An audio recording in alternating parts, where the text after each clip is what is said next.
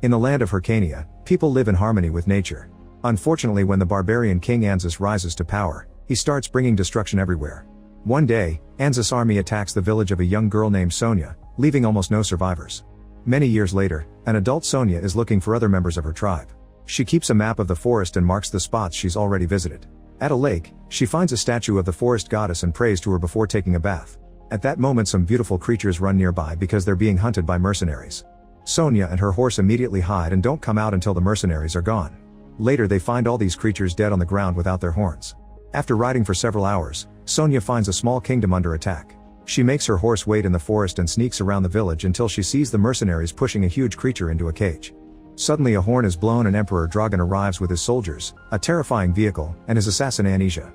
It turns out the mercenaries have been collecting exotic creatures for the Emperor's gladiator games, so Dragan looks at the cages to approve of the results. Then Dragan checks the prisoners and makes his soldiers bring out the leader. He explains that he met this man many years ago when he was a slave, and the guy spat on him. Dragan is looking for the missing half of the Book of Secrets and wants to enter the Hyrcanian forest, so the man warns him that only people accepted by the gods can go there. However, Dragan doesn't believe in gods, he believes in knowledge and science. After yelling at the man for having faith, Dragan tells General Karlach to kill him. Meanwhile, Sonia continues to sneak around and finds two mercenaries torturing a beast in a cage. She calls them out for their cruelty before quickly stabbing them both to death. Then she tries to open the cage, but she's stopped by Anisia putting a sword to her neck. Sonia pushes the sword away and steps back while Anisia tells her that the whole forest will be gone soon. At that moment, the voices in Anisia's head tell her to kill, so she attacks Sonia. The women start fighting, showing off impressive skills with their weapons. However, Anisia is still better with a sword and manages to disarm Sonia, who counterattacks by grabbing Anisia's legs to bring her down. A crowd gathers around them as they continue to fight on the ground and Sonia manages to get Anisia in a chokehold. When Dragan sees this, he says it's good entertainment. Suddenly Sonia is distracted by her horse coming for her, so Karlach knocks her out. Sometime later, Sonia wakes up in the invader's tent tied to a cross. Dragan asks her some questions, but since she won't talk, Karlach pokes her wounds with a sword to torture her. When Dragan steals her map, Sonia pulls her hand free in fury and grabs him by his clothes, so Anisia points her sword at her to make her back off. Dragan tells her not to kill Sonia because he wants her to participate in the gladiator games. As Sonia passes out again, she dreams of the day her village was attacked. Her mother told her to take the children and run to the forest. Little Sonia ran around to try to rescue other kids, but the invaders were everywhere and she couldn't reach anyone. Then she had to watch her mother being killed. The next time Sonia wakes up, she's in a cage with other slaves. The wagons take them to the capital, where Sonia has to watch some men whip her horse. Furious, she starts beating the guards up until she frees herself, then she uses her chains to capture the man with the whip. She brings him down and tries to kill him, but the soldiers capture her and throw her back in the cage, where she passes out again. Sometime later, Sonia awakens and is shocked to see her mother in front of her. However, it's just an illusion caused by her dreaming. It's actually just an old lady. A startled Sonia grabs her by the neck and puts a knife to her neck, trying to use her as a shield. The other slaves explain that she's in the Damnati pits, where life has no value and there's no escape. If she kills the old lady, nobody will care. The captain takes her knife and tells her to calm down or he'll have to whip her. Meanwhile, Maester Crudlis wonders why Dragan is so obsessed with the Hyrcanian forest.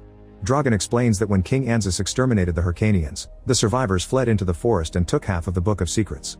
Dragan has the other half, which has already helped him achieve many scientific feats, but he wants more. There's a message in the book in a code that only Dragan has deciphered, which says that a child with all the knowledge within will rule the world. Dragan thinks this prophecy is about him, so he wants to know how it ends. In the evening, Sonia keeps trying to escape the pit by climbing the wall. The slaves thinks it's ridiculous because nobody has ever made it to the top, but Sonia proves them wrong. Soon she reaches the top and leaves the pit, only to be surrounded by guards. She beats up a few of them and even throws one down the pit, but they keep coming and eventually surround her to capture her again. Afterward, Sonia finds herself chained to her bed. The other slaves tell her that to be free, she has to win all the fights in the arena. They share that Anisia used to be a slave and won her freedom, but rumors say the voices she hears are the ghosts of all the people she killed. In the castle, Anisia discovers she's almost out of medicine, and hides her empty bottles when Dragan enters the room. She reminds him that he promised he would cure her and Dragan says he will, but she can't become his empress until she's sane. He gives her a new bottle of medicine and she drinks it all. After he leaves, Anisia thinks she sees ghosts in the mirror. The next morning, the slaves start training for the games. Sonia meets Osin, who is known as the Untouched because he hasn't been touched by a blade since he was captured. He dares Sonia to change that and get him as the prize. Petra tells Sonia she shouldn't make friends because she never knows who she may have to fight later. When the games begin, the slaves surround the blacksmith and try to get good weapons. Since Sonia is new, she only gets a wooden sword and shield, plus really stupid bikini armor. The arena is packed and everyone cheers for another brutal death. Eventually Sonia and Petra are sent out, But Sonya refuses to kill an innocent woman for entertainment and wants to fight the Emperor instead. Dragan laughs and makes a gesture to his guards, who shoot arrows at Petra. Sonya runs to her side and apologizes before she dies. Soldiers then burst into the arena, so Sonya grabs Petra's better sword and starts fighting them. She brings the first guy down by slashing his legs, then she takes his knife since it's her weapon of choice. Now she can quickly kill the soldiers one by stabbing them in their exposed spots. In just a few minutes, she manages to defeat them all and the crowd celebrates her victory. Even Dragan is impressed. Before leaving, Sonya takes Petra's necklace. Later in the pit, Sonya gives the necklace to Petra's grieving boyfriend Hawk. Osin dedicates a toast to all the slaves that died today and Sonya sings a traditional hymn of her tribe in their memory. To her surprise, Daex knows the lyrics and sings along. The next day, Krudlis shows Dragan an artifact called the Yoke, which he attaches to a forest beast's head using electricity. Dragan tests it by using a remote control, which makes the beast go crazy. He's satisfied with the result, but he wants the yoke to work on humans too. Krudlis has been experimenting on slaves, however the yoke killed them all. Dragan thinks that finding the other half of the book will allow them to finish this project and create a whole army of yoke-controlled humans. Next, Krudlis shows him a flaming orb, which is now powering the whole city. He promises that soon they'll be able to use it for weapons too. In the pit, Daex asks Sonya how she knows the song since she doesn't look Hyrcanian. He then realizes she's from the forest tribe and reveals that there's a group of survivors living in the heart of the woods. Sonya cries at the news and says they have to escape. Their conversation is interrupted when the captain tells her she's wanted at the palace. Sonya is forced to wear the bikini again and put in a cage, which is dragged to the Great Hall where Dragan is holding a banquet. He shows Sonya a map of the continent, which marks all the areas his armies have conquered. Dragan announces her forest is next and shows her the book, which triggers a memory of her tribe using the other half during rituals. That night, Sonya dreams of those rituals and her mother telling her to protect the book. Dragan kills her mother and steals the book before Sonya wakes up, determined not to let the dream come true. Later in the arena, the slaves are forced to fight mercenaries on horseback. They clearly have a disadvantage, so they work together to attack the horses and make them fall to bring down the humans at the same time. The captain comes looking for more slaves to send out and Sonya complains because she isn't chosen, so the captain tells her that Dragan forbade her from fighting because he wants her to watch everyone else die. Sonya asks Osin to protect Daex, then she goes to see the blacksmith and asks for better equipment. The blacksmith refuses, so Sonya threatens him, and the blacksmith changes his mind when he realizes Sonya is the only person who remembers his name. Afterward, Sonya ignores the captain and enters the arena anyway. Two mercenaries on horses come after her, but Dragan protects her by making his guards shoot them both. Sonya furiously reminds him that she's here to fight, but Dragan only wants her to tell him where the last Hyrcanians are. If she doesn't talk, all the slaves will die. The guards bring every single slave out before Dragan uses the remote control to open a platform on the ground, which reveals a huge cyclop with a yoke on the back of its neck. Dragan uses the control again to make the beast attack the slaves. Everyone starts running, but the cyclops still manages to headbutt a few slaves, causing them to fall into the abyss. Hawk tries to attack the beast and is easily brought down. When Osin attacks next, the cyclops sends him flying over the edge. Then Sonya notices the yoke and makes a big jump to land on the cyclops' back, managing to hold on by stabbing it with her knives. As the cyclop begins to freak out, Sonya uses all her strength to pull the yoke off. The cyclop only calms down and lowers its body, causing Sonya to fall off. Then it brings down its fist, punching the ground right next to her. Sonya begs it to stop and explains she isn't its enemy, the Emperor is. The cyclop runs toward the stands and smashes them with its horns, causing the crowd to run away. The collapse of the structure still kills a few civilians, but Dragan moves out of the way at the last second and Karlach takes him away. In the arena, the slaves are mourning the loss of Osin, but at the moment he climbs back up and announces he's still untouched. Sonya points at a tunnel created by the Cyclops' destruction and tells her friends to run, promising to meet them later at the White Chapel. Afterward, Sonya sneaks back inside and starts fighting the guards, killing them one by one while asking them where about her horse. The whole group dies and it's the last guy who finally talks. Sonya rushes to Krudlis' lab and the workers there run away in fear. She looks at all the experiments and the flaming orb before finally finding her horse in a cage. After freeing it, she throws a sword at the orb. The lights in the palace flicker for a few seconds before the lab blows up. The explosion is so big that it hits the Great Hall, breaking the windows and bringing everyone down. Dragan survives with a few injuries, but Krudlis dies when a glass shard stabs him in the neck. As Dragan grieves for his right hand, Anisha tells him that she's already sent scouts after Sonya. In the morning, Sonya reunites with her friends and they all leave together. However, in the middle of the journey, Osin announces he must take a different road. It turns out he's a prince and Dragan captured him when he attacked his kingdom, so Osin wants to go back and rebuild. Sonya leans in pretending she's about to kiss him, but she actually slashes his arm with her knife so he isn't untouched anymore. Later, the group makes camp to rest and take care of their injuries. Sonya and Daex are excited about finding their people and share stories of their childhoods.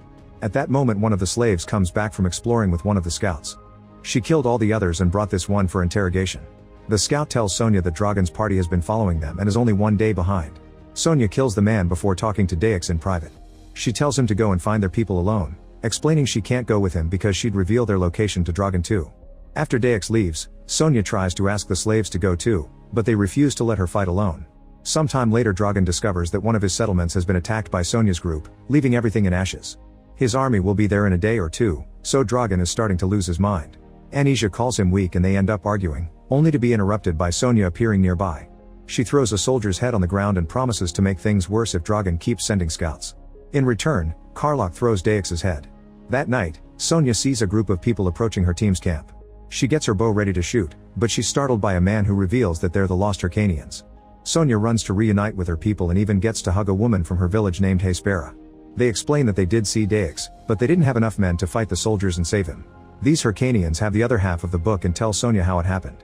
The day of the attack, a boy hid in the temple and watched a priest trying to save the book.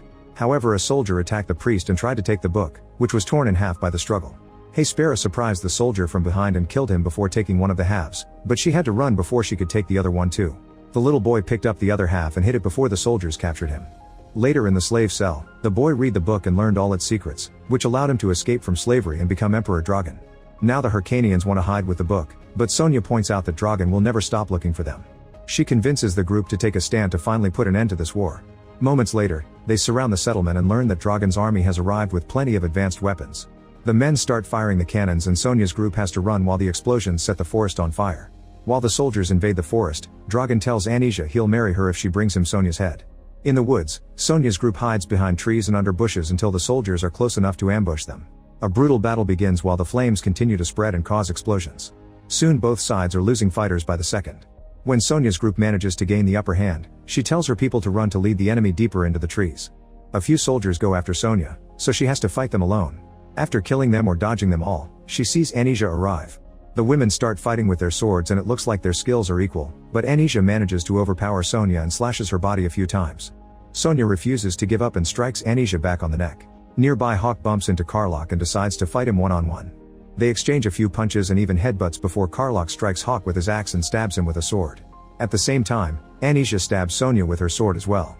When she is about to decapitate her, Anisha is tackled by Sonya's horse, who then lies down with its mistress. Sonya climbs on top of it and rides away. Later at the lake, Sonya thinks she sees her mother next to the statue. However, this is the actual goddess, who tells her the earth is bleeding and they can't let Dragan win. Sonya points out she always prayed for nothing, so the goddess explains that Sonya had to find her strength to accept her destiny. Then the goddess immerses Sonya in the lake to heal her injuries, telling her that the fate of the world is in her hands. Meanwhile, the survivors of Sonya's group have been captured. Hespera calls Dragan by his original Hyrcanian name and he slaps her, saying that the little scared boy is dead. He accuses Hespera of abandoning him and cries as he shakes her head until she admits it. When he checks her bag, he finally finds the other half of the book and sees it as proof that the prophecy is true. He orders the mercenary leader to kill her, but the man refuses to touch a priestess. Dragan grabs a sword and gets ready to kill Hespera himself, but at that moment an arrow kills a guard. To everyone's surprise, Sonya appears with a much more vibrant red in her hair. At the same time, Osun arrives with his army. As the soldiers rush to fight the intruders, the prisoners use the chance to break free and join the battle. A former slave tackles Karlach and bites his neck to finally kill him. Since Dragan's men lost many soldiers last night, Osun's army easily overpowers them and they are forced to retreat. The front gate has been locked, but Sonya just climbs the wall and makes it to the tower where she starts killing soldiers without mercy. Men on the ground also see her, so she shoots arrows at them before jumping down to fight them, easily bringing them down one by one with her incredible new strength. Inside a building, Dragan reads the other half of the book and is disappointed to discover it only talks about healing, medicine, and balance in nature, which he considers all useless. He then falls to his knees and begs Anisha to fight Sonya, but Anisha refuses because she's scared of someone capable of coming back from a deadly wound. Dragan tells her that she'll never be empress unless she protects him and calls her a coward, saying that the voices in her head agree with him. Anisha snaps and demands to know why he can hear them, so he admits he put the voices in her head because he didn't want to share his throne. Anisha realizes that the medicine bottles have actually been potions to drive her crazy, so she furiously pulls out her sword and stabs Dragan. When she looks down, she discovers he stabbed her too, and they collapse together. Outside, Sonya continues to fight the soldiers until there are none left. By the time she enters the building, Dragan is already gone. Anisha tells her that the voices are finally quiet before she dies. In the forest, a bleeding Dragan falls off his horse. When Sonya starts looking for him, she finds blood-stained book pages on the ground and follows them until she finds Dragan at an old sacred place. He's ripping pages of the book while saying it isn't a useful weapon anymore, so Sonya explains that the book was never a weapon. He twisted it into one and became a tyrant just like King Anzus. Sonia makes a list of all of Dragon's crimes, but she also apologizes for not helping him when the village was attacked. Dragon admits he's scared of death, so Sonia holds his hand while he finally reaches his end. Afterward she returns to the settlement with Dragon's body and tells her people to bury him as Hyrcanian for the boy he was and not the man he became. However, she won't return to the forest with them because she lived there all her life, so now she wants to go out and see the world. Many months later, Sonia is having fun at a tavern, impressing everyone with her skills. She's interrupted by Osen, who brings bad news and says her people need her, so she leaves with him. Make sure to subscribe and turn on notifications so you can watch more videos like this. Thanks for watching.